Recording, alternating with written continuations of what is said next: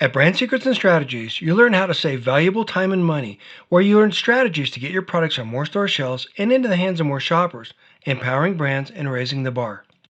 Everybody, thank you for being here. Really appreciate it. Today's webinar, free webinar, I'm excited about this because we're going to talk about the foundation that brands need to be thinking about as you grow and scale.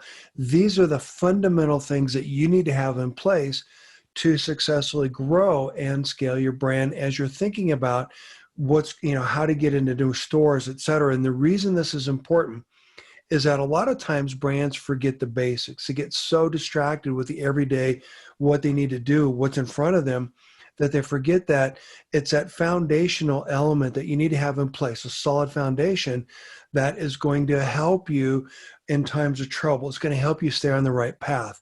And so with that, I've got a couple of really great guys to help me with this.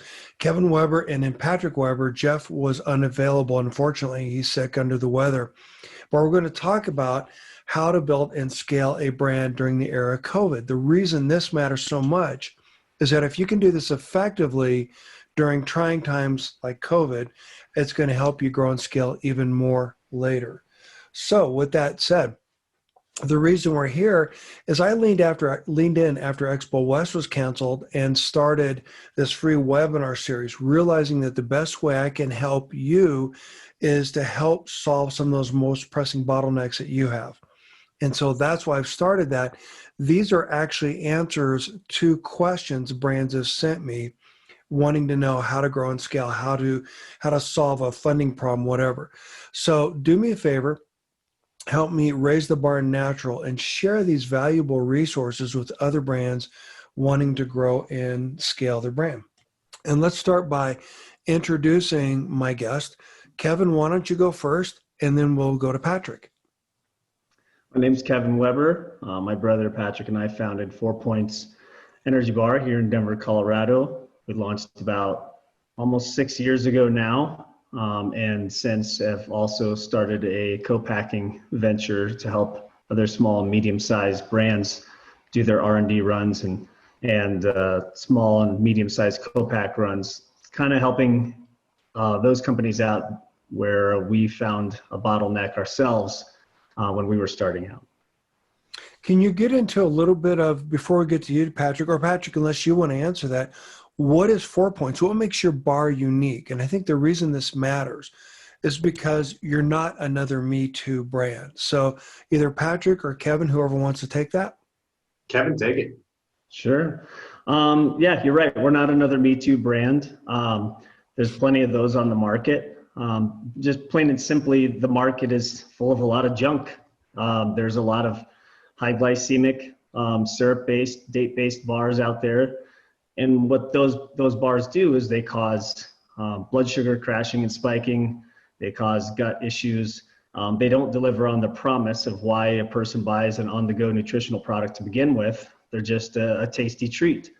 So we we kind of began with the end in mind in creating our product, really trying to focus on what do we need to get out of this. And that's how we founded 4 Points. So it started off as just filling a need in our own backpacks to support our own outdoor endeavors, and it turned into coming up with an innovative solution to a problem in the marketplace, which is there's no low glycemic options that really work to keep your blood sugar balanced and your gut healthy. And we're entering a really fun environment right now where they just reported even last a couple of weeks ago in Forbes magazine that the #1 health and wellness trend going into 2021 is gut health. So we feel like there's a really good opportunity for us. We're kind of ahead of the curve, and things are accelerating now because of COVID. And I think that brings a lot of opportunity for brands like ours. Sounds good. By the way, I'm interviewing the food and beverage editor for Forbes magazine next week. So I'll make sure I talk to her about that. Yeah. Patrick, you want to share your story?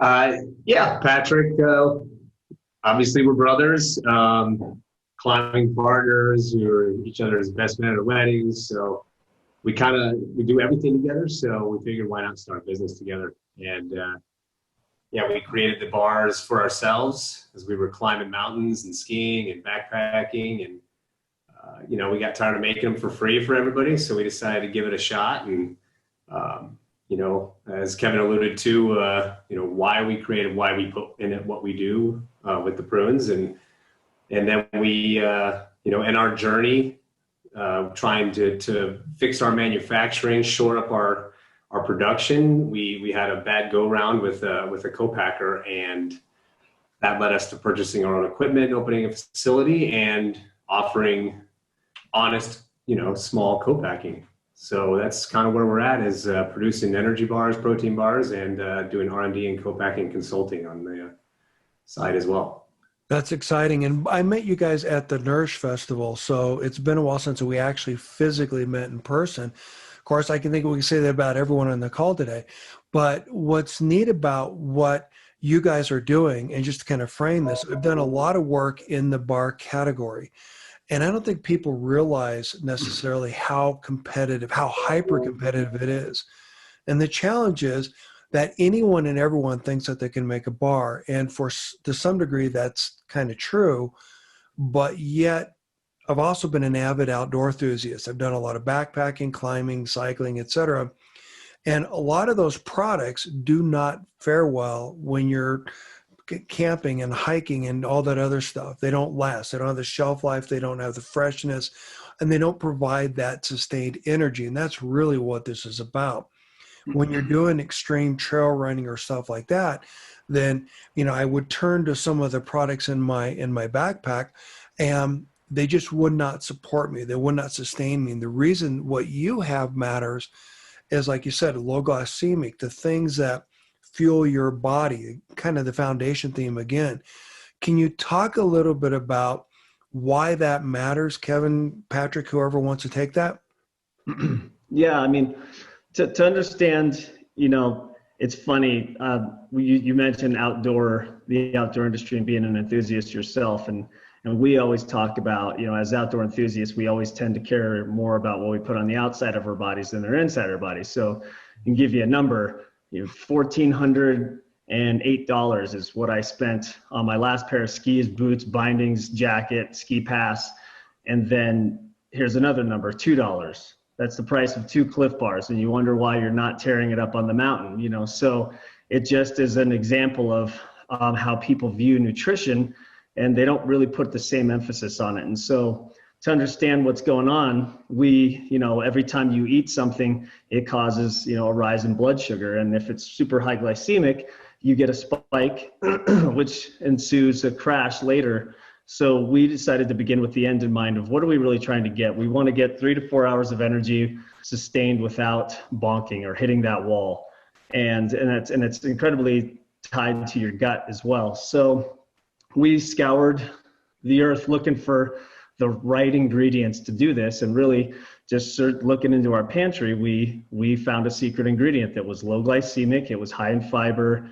It had high in prebiotics. It was great for your gut, and it turned out to be nature's perfect endurance superfood, and it's prunes. And most people identify prunes with the legacy functions that they were so good at being known for, which is promoting digestive health and laxation, which I always kind of joke around if I'm giving a speech, asking for a show of hands of who doesn't want to be good at being regular. And most people kind of pause for a second and think, okay, if I raise my hand, then I'm full of, fill in the blank. So, so there's a challenge using prunes, which is why no one else is using them. But we've really embraced that challenge since day one, and the crowded market, and use that as our main sticking point for standing out. And so we built our product around that unique ingredient, and really, the combination of proteins, carbs, and fats created something that truly takes 3 to 4 hours to digest, really giving you that long-lasting satiety and that energy that is uncompromising, allowing you to do what you love to do and feeling your best. And so that was kind of the end goal that we had in mind, and we were able to achieve that after a number of iterations. So. Love the way you frame that. My wife was dumbfounded when she found out how much I spent on my mountain bike, which I'm sure everyone on this call would be too. But the point is, it's quality, it's value. And one of the things that frustrates me about this industry is that we don't do enough to celebrate the quality of the food that's in your quality ingredients in your product. And this is something that I struggle with a lot in trying to teach brands like you and everyone on the call today how first of all, I believe that a brand should not have to apologize for quality ingredients in their product. Secondly, trying to re-educate people, consumers, your consumers, the retailers you work with on why this matters.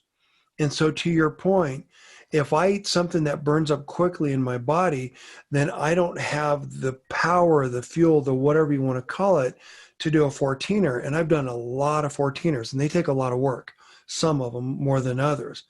And if I don't have that, then I haven't heard that term for quite a while. Bonk. That's where you run out of gas. There's no fuel in the tank, and there's nothing left, or no reserves.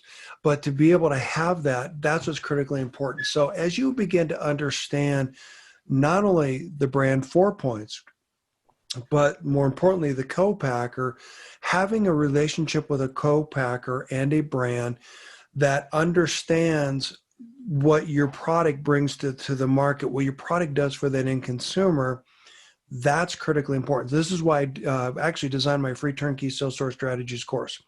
The idea behind it is we need to do a better job as an industry educating consumers about the real value that we give them. And so to go back to Patrick's example, not to pick on Cliff Bar, but a 10 for $10, which I think is a really bad strategy, pulls a lot of dollars out of the category, et cetera. But that bar is cheap, inexpensive, and it's not going to last me many, many, many hours.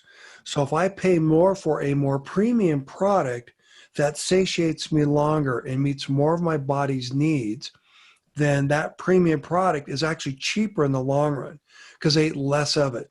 And because of the way you guys have built this product, which I think is great, then not only do I eat less of it, I have a more regular, put it that way. I need to stop less often to eat, all that other stuff. So I mean, yeah, there's a lot more to this equation than just it's a cool bar.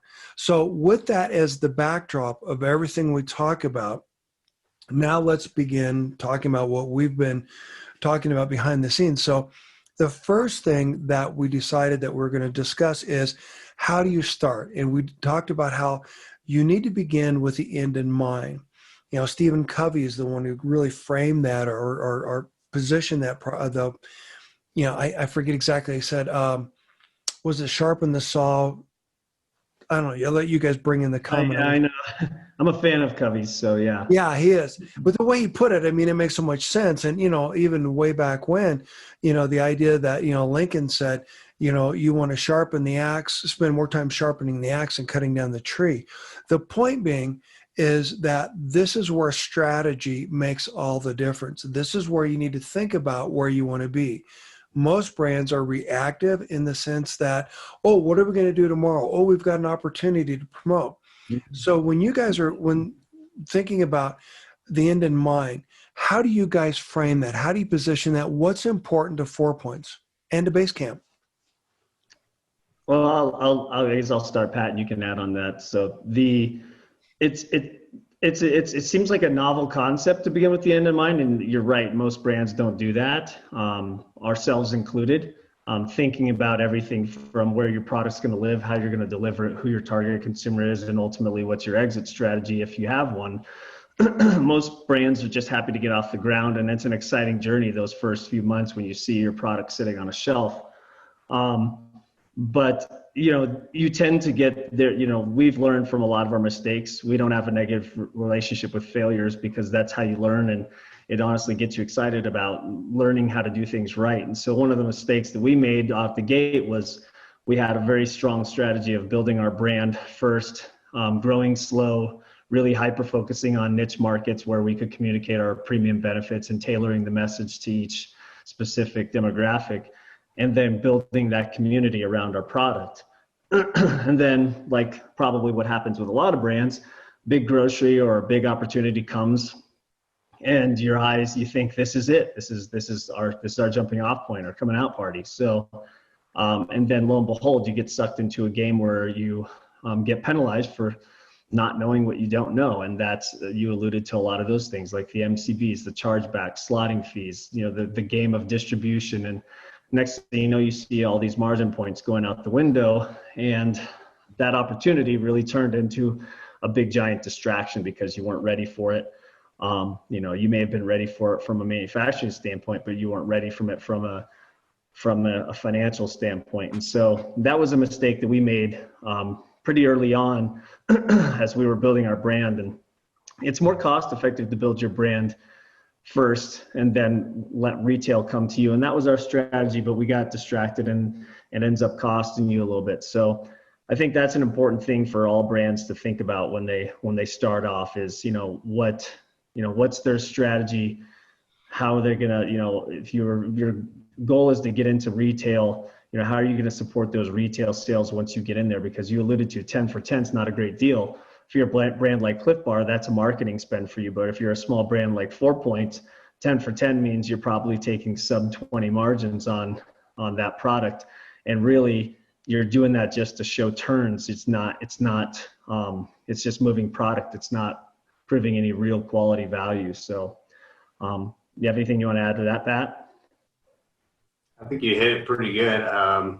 When you're first starting out, it's easy, I think, to jump ahead to the end, as you put it, and say, this is where we want to go. We want to create a Clif Bar-like company.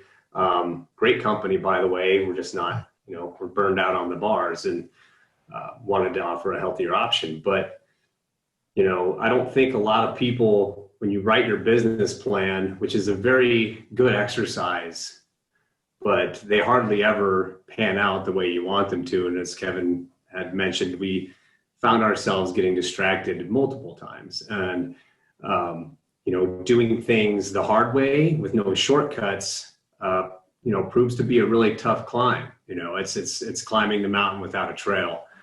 And when you're using an ingredient like prunes, you want to think about using an ingredient that not a lot of other manufacturers are using or products are using, keeping in mind that you have a lot of marketing, a lot of information that you need to get out there to really educate people on why this ingredient or why your value proposition is solving the problem. And those are things that your business plan needs to be a living document. And that was one thing at the very beginning that we didn't do. So it's easy for us to look back and from the co-packing side, we have a unique perspective because we've been there and we've done it.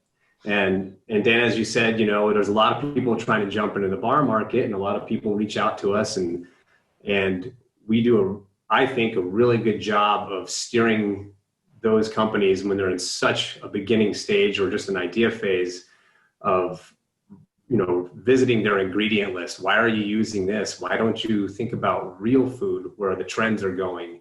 Why don't you think about certain things along the line that, maybe 4 Points has lent its experience to Basecamp. And, and we also have a pretty good relationship with our co-packers since we have both. But that's about all I can add to that, I think.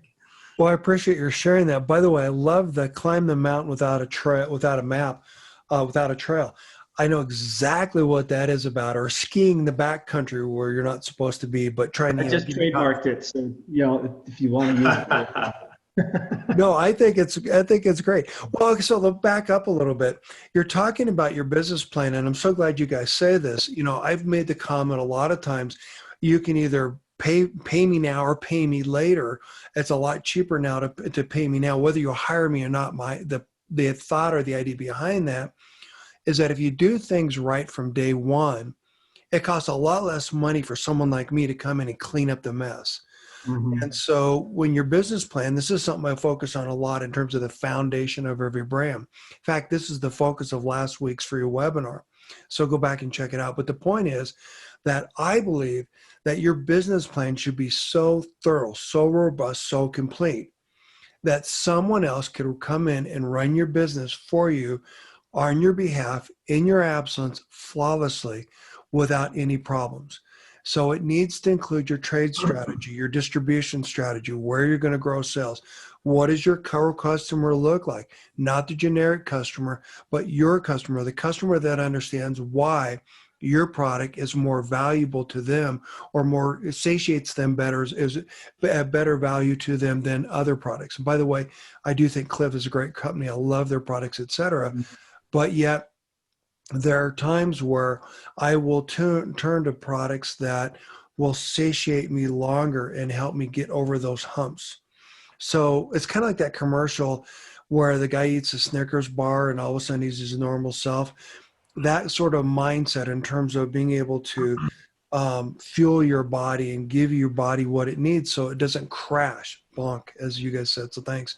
So in terms of the go-to-market strategy, thank you for sharing that, because one of the things you mentioned, Patrick, is that the 10 for 10 strategy, large brands have the ability to buy volume, and they pull dollars out of the category. They pull profits out of the category.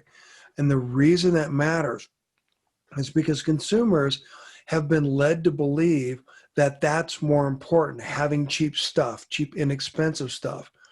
And the reality is that retailers have thin margins to begin with.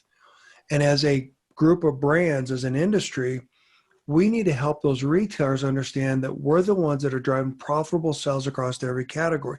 We are the brands that are helping them compete more effectively, that are driving more traffic in their store, that are keeping them relevant, meaning keeping brands from going online, customers from going online as much. So that needs to be a part of your go-to-market strategy. And so when you're thinking about your go-to-market strategy, it also needs to include, how do you address each one of those issues? How do you bake that story into your go-to-market strategy and then communicate that clearly across every aspect of your sales funnel? Guys, you want to jump in? Your thoughts? Patrick, you want to start first?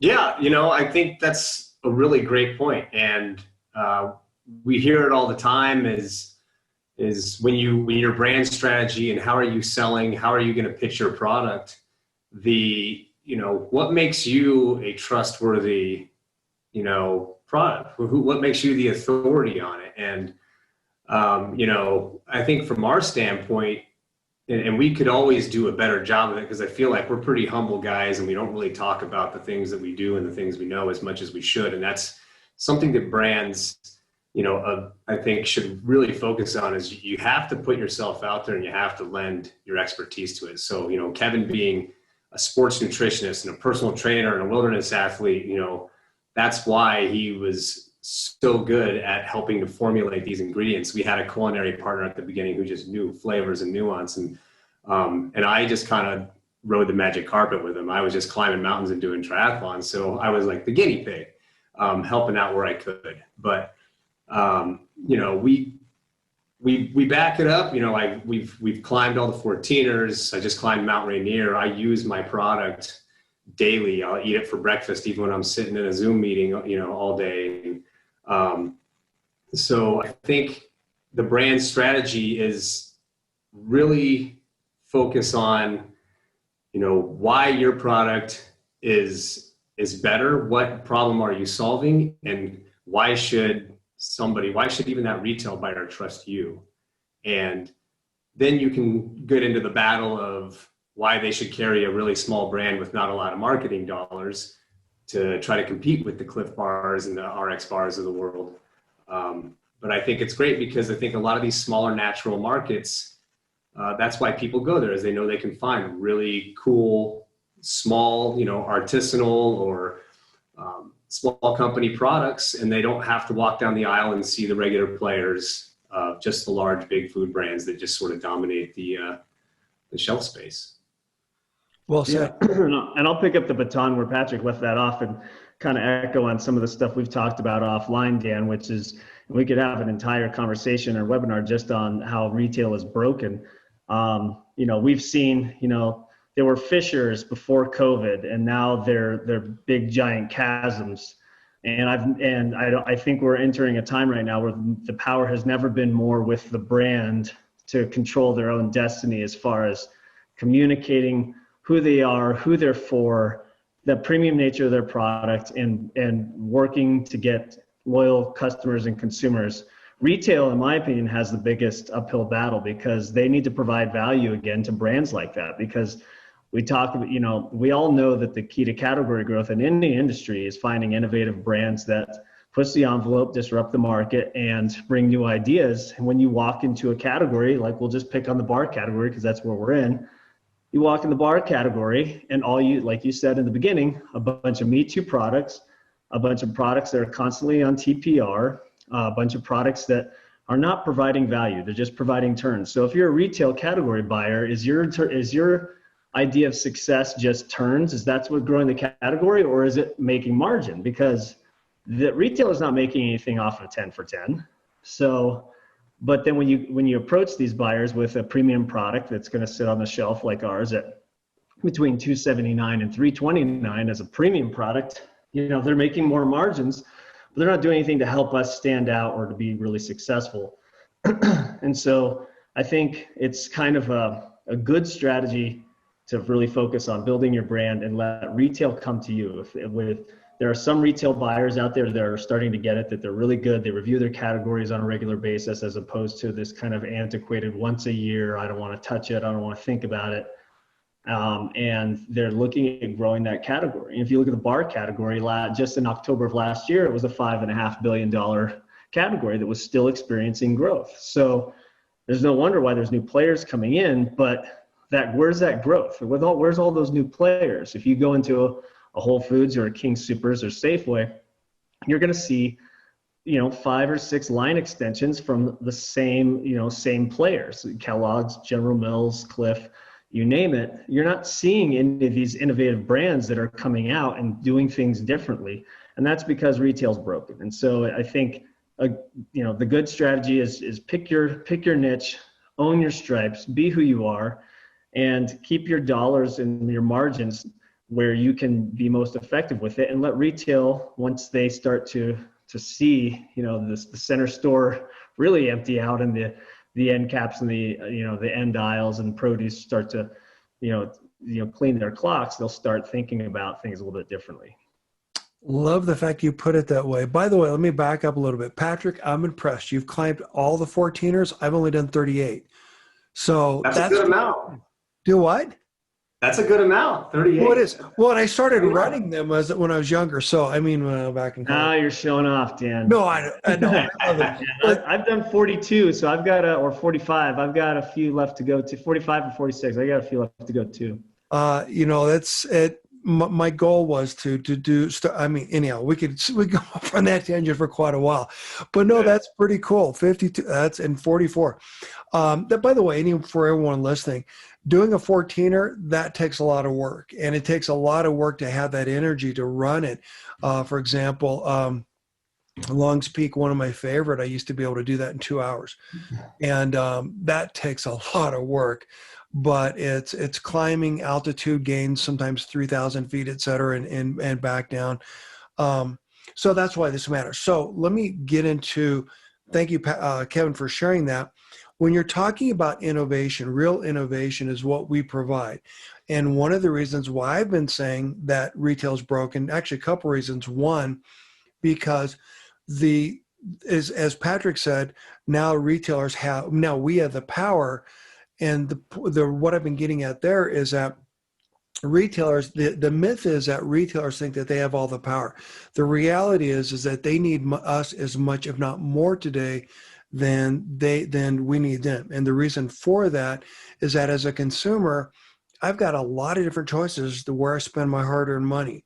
And so these strategies we're talking about are rooted in how do you help your retail partner grow sales? How do you help them thrive? How do you help them succeed on your behalf, which is a benefit to all of us. And so with that said, real innovation is what we're providing, dates, et cetera, teaching people why healthy products matter. I did a project for a big legacy, big CPG brand, and they had an energy drink. Put a different label on it, now it's a diet drink. Put a different label on it, now it's a breakfast drink. Now, and my point is 5 different versions of the same thing with different labels, and they call that true innovation, which it's not. And those are the things that pull dollars out of the category. And those are the things that make it difficult for our brands to survive and thrive, because it's that sugar high, pun intended, that retailers are focused on, slotting and all that other stuff. So, Kevin, what I was sharing with you is I agree that retail's broken. And the reason retail's broken is because retailers today spend more time trying to get us to buy the stuff on their shelves rather than trying to sell the stuff we want. This is why this matters. So if we can help the retailer understand what consumers really want, what really matters, help them understand how to grow profitable sales by leveraging the strength of our unique customer, that's going to better position them to compete more effectively against their biggest counterparts.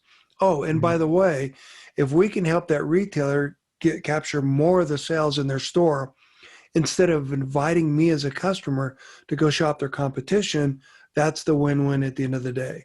So with that as the backdrop, that's the thing we need to be thinking about as we put together our go-to-market strategy, our business plan, et cetera.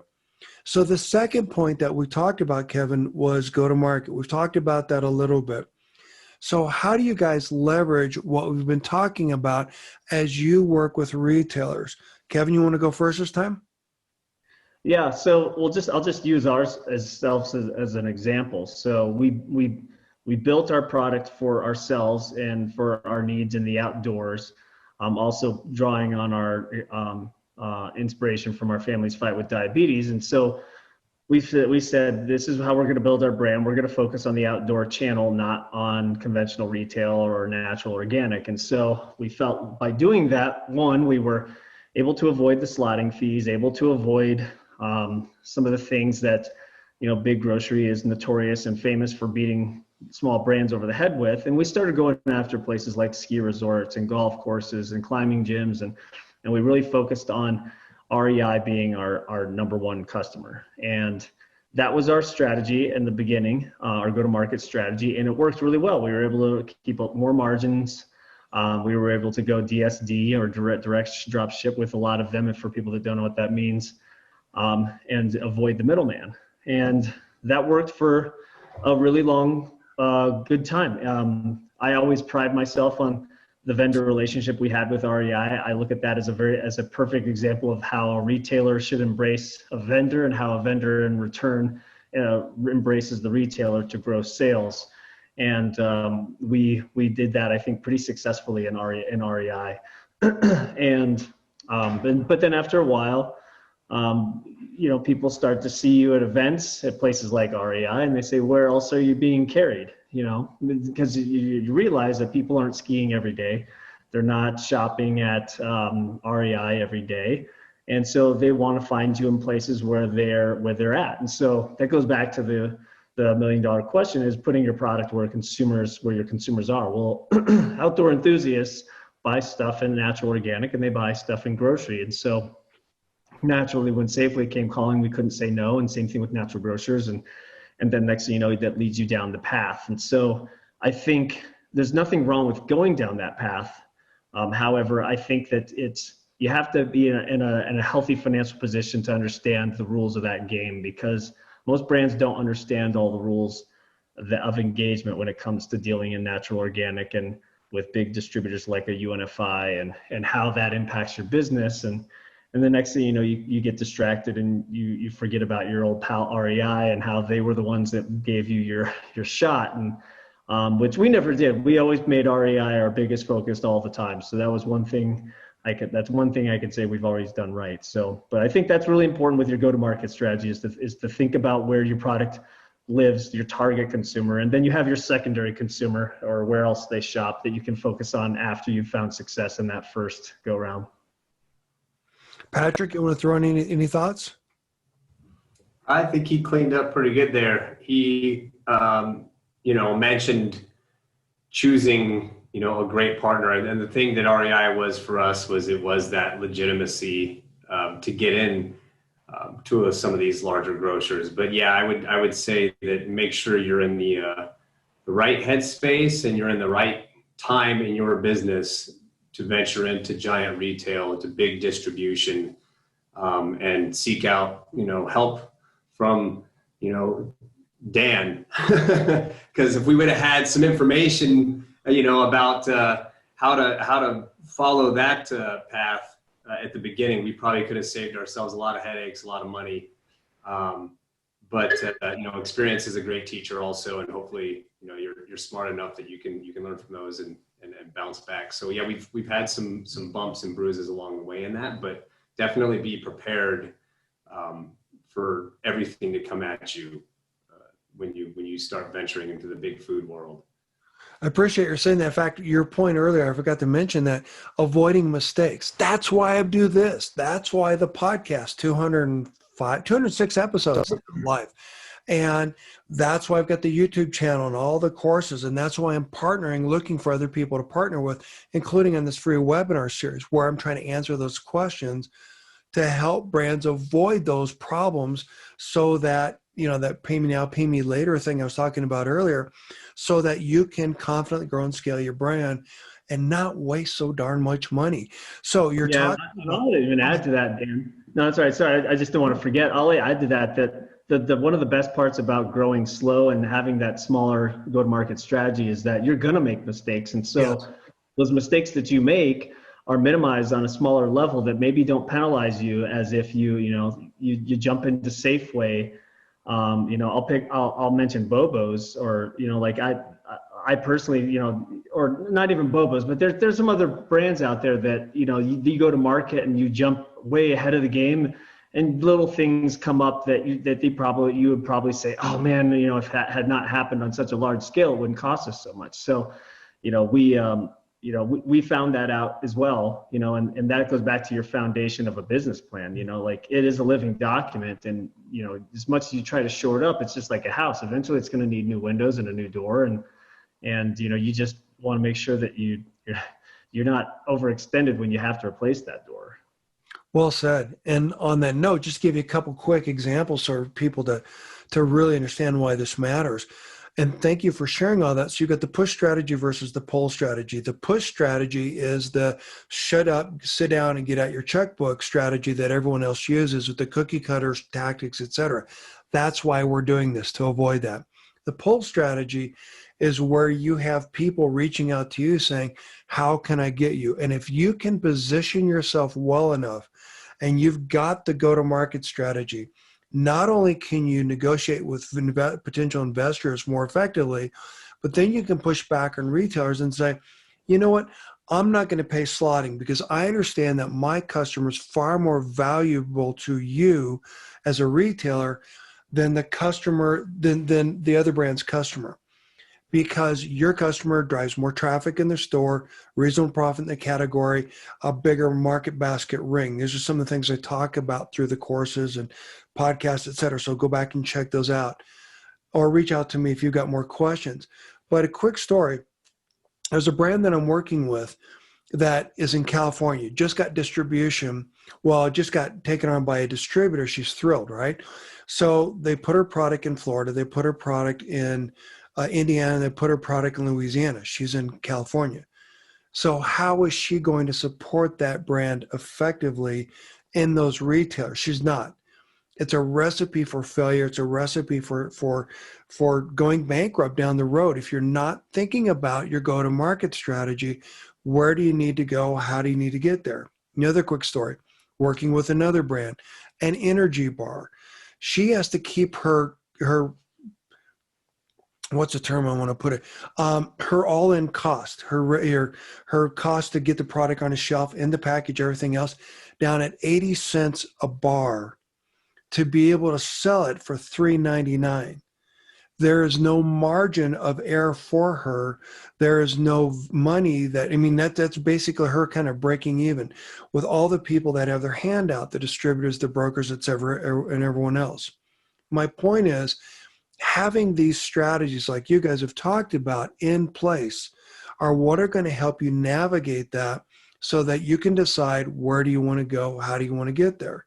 So she's in a position where she wants to be organic, but she's being told by her investors not to be organic because they want their money. But yet that takes her away from her mission. Same as with you guys. If you guys were told that, hey, you need to not use dates, you need to use high fructose corn syrup or something like that, which is against everything you're talking about, why does it matter? And how do you position yourself around that? So thank you for sharing that. By the way, this is exactly why I put together, this is exactly what I proved in the 2016 Category Management Handbook, that our products are responsible for all the sustainable growth across every category. So leverage the insights in that. There's a link to it on the podcast webpage as your part of your go-to-market strategy.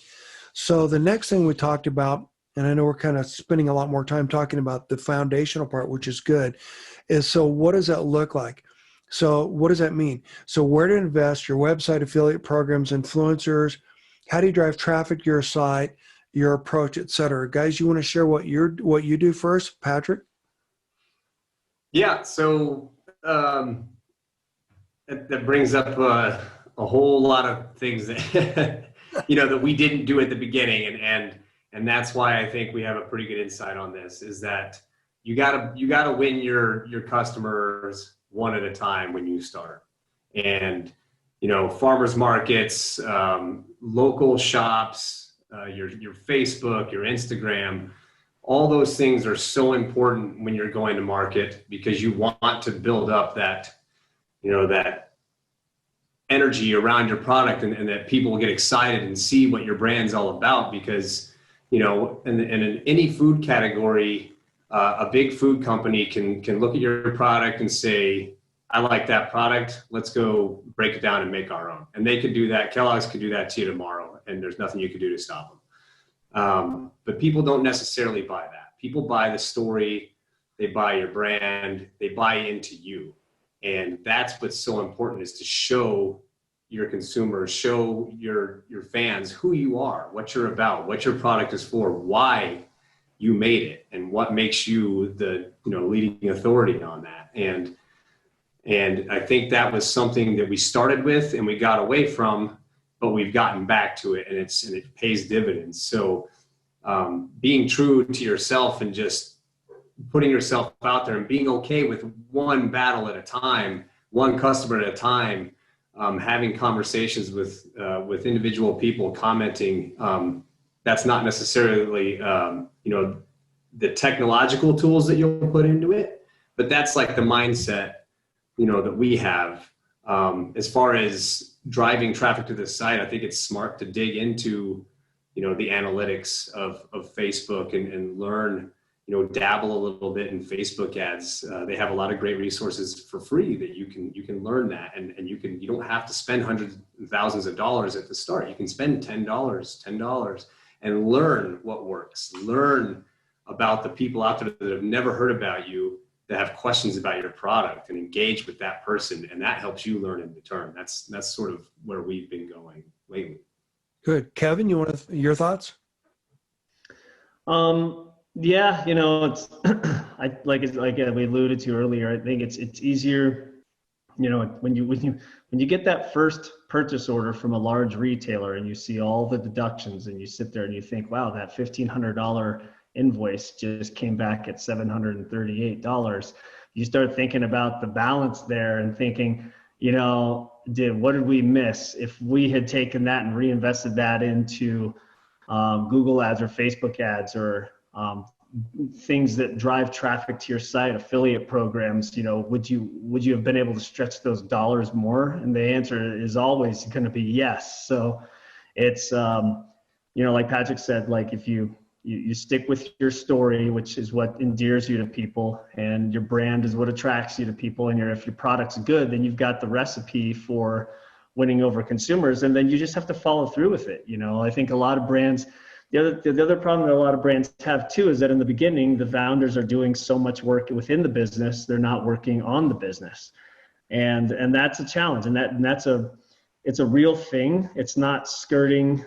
It's not saying you're trying to get too big by saying you don't want to jump into the dish pit and do dishes because you have to. But if you're doing that, then you're not doing something else. And so it does take a while. There's a learning curve in it, but some of those things you just have to do and you have to dig into. and we're all guilty of it. But small brands, you have to dig in and you have to do the small things, like just respond. People reach out to you on social media. You got to take the time to engage with them. It's easy to just do your posts and then turn it off and go away. But engaging with one person leads to maybe, turning them into one of those Seth Godin type sneezers that then tell 100 people. He's another one of my favorites, along with Covey. But those are the things in the beginning that it's easy to jump ahead to and forget about and then stop doing because you get distracted with the big shiny PO of, getting into 100 stores, So I think just keep, like we've been talking about, just focus on your website, it's your storefront. E-commerce is here to stay. It's been growing. I think in October, they said that 19% was the growth projection for e-commerce brands before COVID, especially in the bar category. I imagine that's probably grown since COVID. So it's definitely worth more money to focus inward than to focus outward. Thanks for saying that. And the real thing that pushed me over the edge when I was trying to decide whether or not I wanted to do this was when Expo West was canceled. I listened to brand after brand after brand through social media, LinkedIn, et cetera, talk about how they're going to fire their staff or let their staff go, their team. And I thought, no, don't do that, because you spend a lot of time finding the right person, training them, grooming them, et cetera. And they took something off your plate so you could be more effective. Like you were saying, founders work way too hard. So there's an inefficiency to that. And they're thinking about laying those people off. And I'm thinking, don't do that.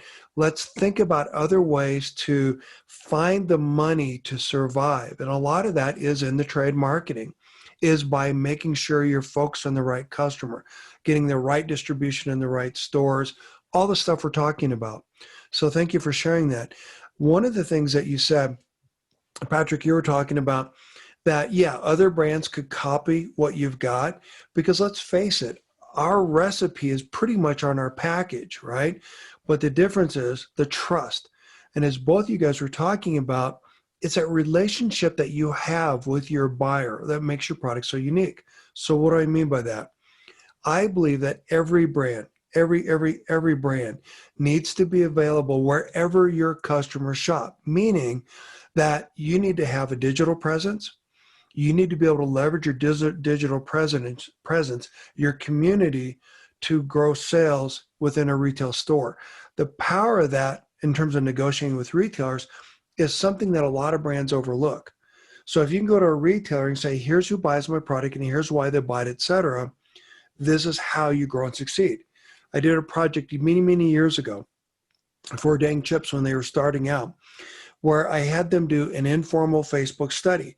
It was not scientifically accurate and it wasn't scientifically valid. But what we did is we took some of the comments from their Facebook community, their loyal community, and I baked that into the selling deck that I put together for them. They went from only a few stores to every store within the chain, 1,600 stores. They went from being regional to a national, a much larger brand, and they just blew up overnight. And the point is, by leveraging the strength of all of these assets that we're talking about, this is how you gain a significant and sustainable competitive advantage. And back to what you said, Kevin, the mistakes that you guys make, sometimes I made them too. I had the wrong email service provider, the wrong website. I grew my list to be huge, and because I didn't have the infrastructure to support it, I lost it. I didn't have the infrastructure to support the courses. So now that I finally have all that in place, we're doing what we're doing today. But as a brand, having you take a step back, think about all the things I should have done differently myself. And if I can help you and help other brands not make that mistake, why we're having this conversation, that's what this is about. That's what's important. So thank you for sharing that. So I know we're kind of bumping up a little bit on time. The next thing we want to talk about is the co-pack relationship. So why did you guys decide to have a co-packer? By the way, that's a huge investment. Hats off for you guys for doing that. That's a pretty risky thing for a small brand. But why did you do that? And what does it mean to have a relationship with a co-packer that is yourself? Wow, great question. So the quick version of the story was, and I mentioned at the beginning of this webinar, was that manufacturing is always a headache when you're trying to get out there, and it's, at the beginning you're under cottage food laws depending on where you're at, so you're doing things in your kitchen, you don't know the ropes, you don't know what you're doing. Food safety is like, hey, I clean my countertops, so at the very beginning there's a lot that you don't know, and we had to find our way through that. And as we started to grow and started to realize, hey, you know what, we can only roll out 200 to 300 bars every 5 to 6 hours. This is not sustainable. This is not a plan. And so we started looking at co-packers, and most of the time co-packers look back at you and go, you're how big? They don't want to even have the conversation if you're not at a million plus revenue, or you're not doing 20 to 30,000 per SKU in a run. And that's big. That's big food. And most companies, most small businesses, it's really hard for you to kind of see out that far and think, wow, that's a lot of units. What would we do with all that? So we finally found one that was willing to take a chance on us. And, we spent about 6 months learning, integrating, kind of learning the process, sitting there with them, getting the recipe, dialed in on the machinery. And as we placed our first order, they went out of business. And it turns out they were always planning on shutting down operations. And so we felt, tricked, and we were really in a bad spot, because now production shut down. We've lost retailers at this point. And we had just pulled in a little bit of friends and family money that we were going to use to market, to trade spend, to get the word out. And we took all that money and we bought equipment. And the reason we did that was because we were tired of manufacturing holding us hostage. And we decided, hey, we had 6 months crash course boot camp at this co-packer, which was run by great people, not at the very top, but the people in the plant. And we learned how to run that equipment while we were there. And we found a brilliant food scientist in Boulder that allowed us to park our equipment there and worked with us. She was great. And then we found our own spot. And then we thought, you know what? We're not using all of our equipment all the time. And if you have all this expensive equipment in this expensive facility and it's not running, you're losing money. So there was definitely a financial reason behind it, but also, we saw how much of a struggle it was to jump from a commercial kitchen or your kitchen to professional food manufacturing. And we had so many mistakes and so many successes along the way that we got so good at learning, at the food system and the production and the food safety. And we thought, why can't we help other small brands as we pay it forward, and while we go and grow our own brand? And that's why we're in it.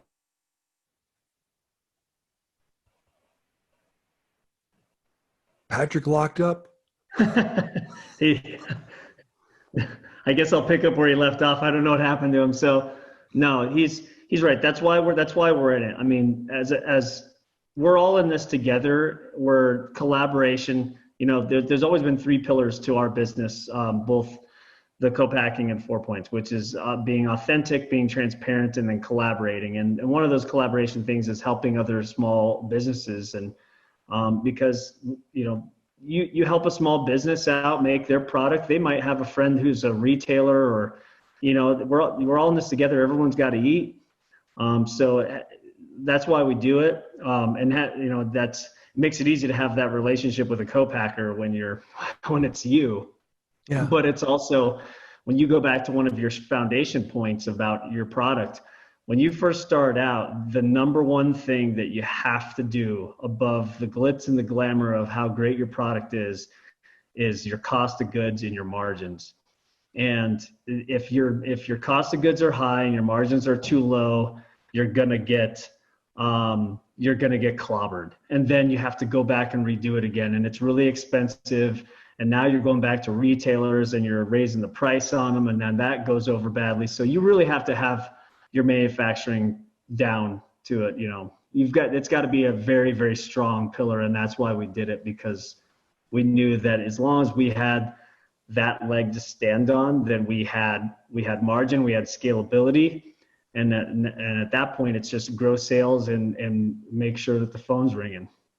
Good. Patrick, you want to come back in since you Yeah. froze up? I think I knew where you were going. So I don't know where it froze out, but this is just another one of the challenges that come at you, right? In the new 2020 way of doing business and way of life.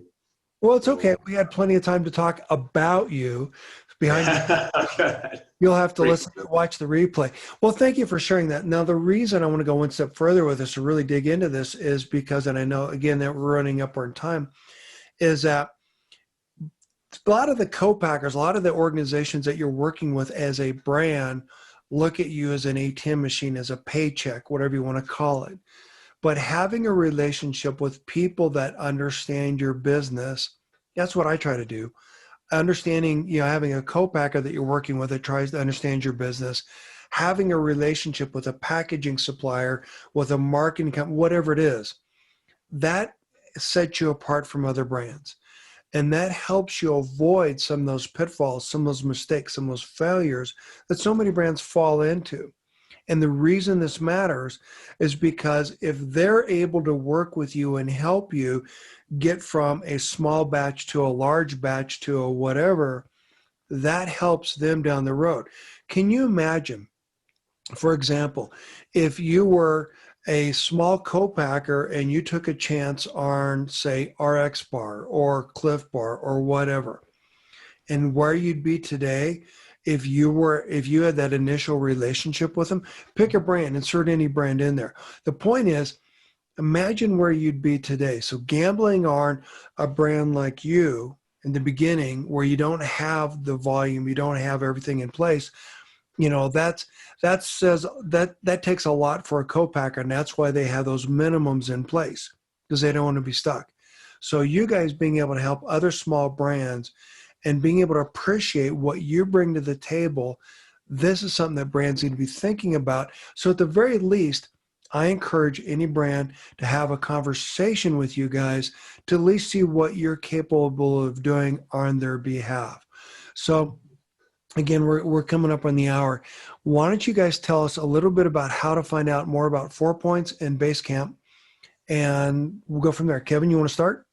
Sure. If you want to find more out about 4 Points, you can just go to 4pointsbar.com. Don't go to 4points.com. That takes you to the Sheraton, unless you want to go stay at a hotel somewhere, you can go to our website. We're very active on social media. We actually do a lot of blogs. Most of our blogs actually center around the journey of entrepreneurship and mentorship and trying to get things right. We try to take the lessons that we've learned in business and be very vocal with it, because like you said, it's very important. Like Patrick said, like you start talking to somebody who is a co-packer like us, and we start talking to you about your market strategy. Most co-packers don't do that. They don't think about what your end game is. And a lot of times they'll go, oh, wow, I didn't even think about that. Most co-packers are just they're one stop, you just, here's your product, this is what it's going to cost, is the MOQ, come back to us when you're ready. So we try to be very active blogging and helping people out, but you can go to 4pointsbar.com. You can find our product there. You can find it on Amazon. It's very easy to buy from us. 2 days shipping. You'll love our product. Patrick can talk more about how you can get in touch with us for Basecamp Co-Pack. Yeah, thank you. Yeah, and then one more point on 4 Points is it's just 4 Points Bar on Facebook and at 4 Points Bar Instagram. We're pretty active on there. We're always sharing our adventures. So if you want to see us standing on top of mountains and things like that, we're always posting stuff like that. We're talking about why, we think that our product is above the rest. And for Basecamp, it's just basecampcopack.com. It's Patrick at basecampcopack.com or Jeff, my partner, who couldn't be here. Again, an email, there's contact info on the site. We'll answer questions all day. We'll just have conversations, because we're not just a production house without the frills. We bring the frills. We call ourselves Basecamp for a reason, because every great adventure starts from Basecamp, and that's where all your resources are. And you can go up the mountain as high as you want, and we're there to provide you with that. So we're transparent. We're always going to tell you what we think, if we like your product or if there's room for improvement. And we're always going to try to steer you on the right path, no shortcuts, real food. So we're going to take the things that we apply in 4 points, what makes our product great there, and we're going to offer that same service that we give ourselves to other brands that come calling. And like I said, even if it's just an idea to somebody who just needs to switch co-packers, which we get a lot of those calls too. So basecampcopack.com, and we're starting to get the social media going on that side a little bit, but not a ton of time for that. Well, thanks for sharing. This is why we do this. This is what makes natural natural. We're all in this together, and we're trying to help each other out. I know we're over the hour, so if you need to drop off, that's fine. You'll be able to listen to the recording on YouTube after a while, and eventually I'll put this on a podcast. I don't do that for every show, but this is important, and this really matters a lot. Again, trying to provide value to this industry. Gentlemen, what bottleneck do you have that I can help solve? I think I think we're all in the same discovery game right now. The biggest bottleneck right now is with so many brands now discovering the value of direct to consumer e-commerce. How do you drive traffic to your site? It's largely a pay to play model, with the advertisements and all those kind of things. And then how you parlay that into retail, because we're not going to change and solve the problems with retail overnight. That's going to have to come from within various retail channels. There's great retailers out there that are very innovative and ahead of the game, like the Dwight Richmonds at the Fresh Market, who I think after Expo West was canceled, he did something that no other buyer I've ever seen has done, which was he went out on LinkedIn and he started taking 20-minute interviews with companies that wanted to pitch their products. There was a vetting process, of course, but that's an example of a retailer who's understanding the environment that we're in right now and understanding that things have to change. But until everybody gets that way, retail's a long play. So the biggest value is, how do we grow as a small brand, direct to consumer, increase traffic to our site, make ourselves so appealing that retail comes to us and wants to deal with us on our terms? Great question. I love this question. Okay, first, your homework, everybody. Take the free Turnkey Sales Store Strategies course. It's free. Take it. The reason for that is that this helps you identify who that unique consumer is that buys your product. Not female, head of household, 2.3 kids, college educated, right? Everyone else says that. This is who our customer is, very commoditized. Instead, get to know your customer. We've spent a lot of time talking about ourselves. Now you know me better, and so now you would know better how to market to me as an individual, right? Someone who likes to ride a nice mountain bike, do a lot of I put a lot of miles on it, but the point is, what does your unique customer look like? Where do they live? How do they buy your product? How do they use your product after they take it home? That's what's in that course. It's about that discovery piece, right? The next thing, I cover some of the foundational pieces. What is syndicated data like? What does shopper data look like? What are the things you need to know? Because a one-size-fits-all strategy does not work for you. A little side note, if you want to know how well your brand is doing in the natural channel in Denver, Colorado, there is no database on the planet that will answer that question. And yet you're led to believe that there are several solutions out there. That is not true, okay? So what does that mean? Why does that matter? So you don't waste money on things that aren't going to help you. Next thing, as you understand your core customer, where do they shop? How do you get distribution, et cetera? And then the most important thing about that course, the main premise behind it, is that if I tell you a story and you tell someone else and they tell someone else and so on, by the time that story comes back around to me, it's unrecognizable. This is literally the Achilles heel of every brand. This is how I was able to push around P&G and Frito in my earlier life as a category management expert. The point being is that your sales story, your brand story needs to resonate across every aspect of your sales funnel. Everyone's got to have the same passion, enthusiasm, and authenticity as when you tell your story. Now, that's the foundational stuff you need to have in place.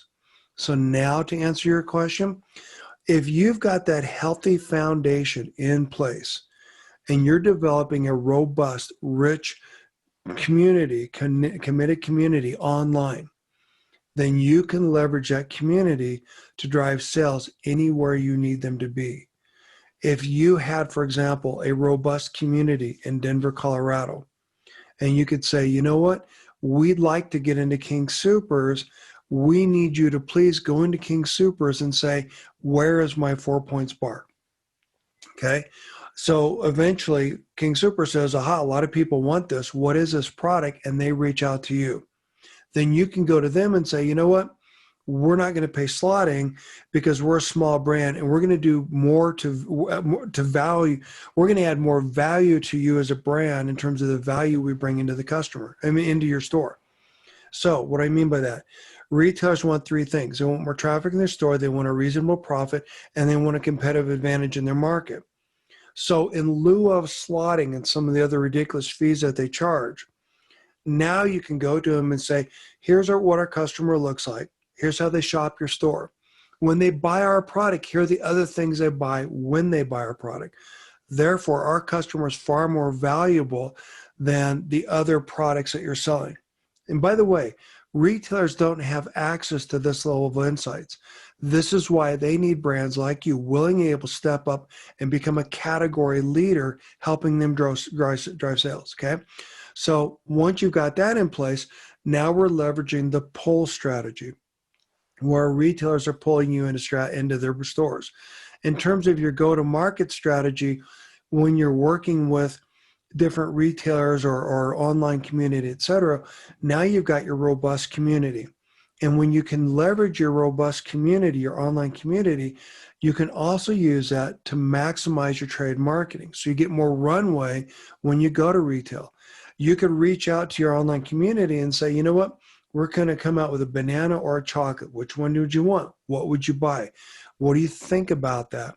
Or you could give me an additional incentive to buy that product because I'm one of your core fans, part of your tribe, over and above what you'd give someone in the store. So there are ways to save money there too. That's why the trade marketing piece is so valuable.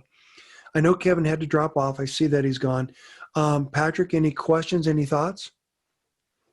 I think that's all great. And I, to anybody listening, I think it's important to seek out, advice and ask questions from individuals like yourself who've been there. And I always tell our internal team, and I tell other brands when they call, or other brands when we're talking, as 4 Points is the great John Wooden always said that,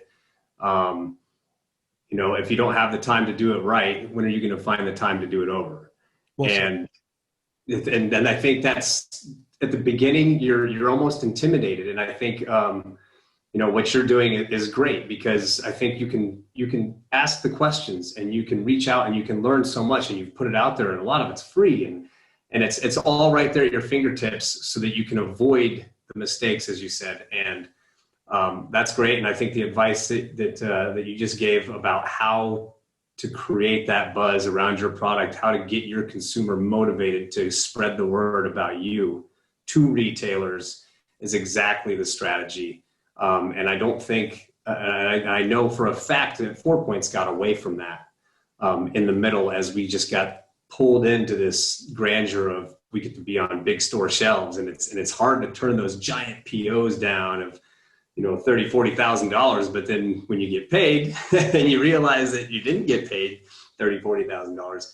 Then you start to realize, okay, we saw the shiny light and we flew to it, and we should have taken a bigger, broader look at it and stuck with our core consumer and gone that way. So I can tell you from experience that what you just said is exactly the way to do it.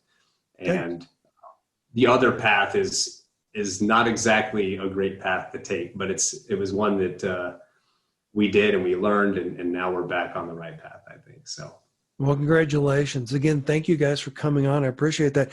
Quick note, Eric Skay was on a while back and he called his wife and his wife said, "Hey, I've got good news and bad news." He said, the good news was that we sold $19,000 worth of stuff. The bad news is that they got a check for $12.34.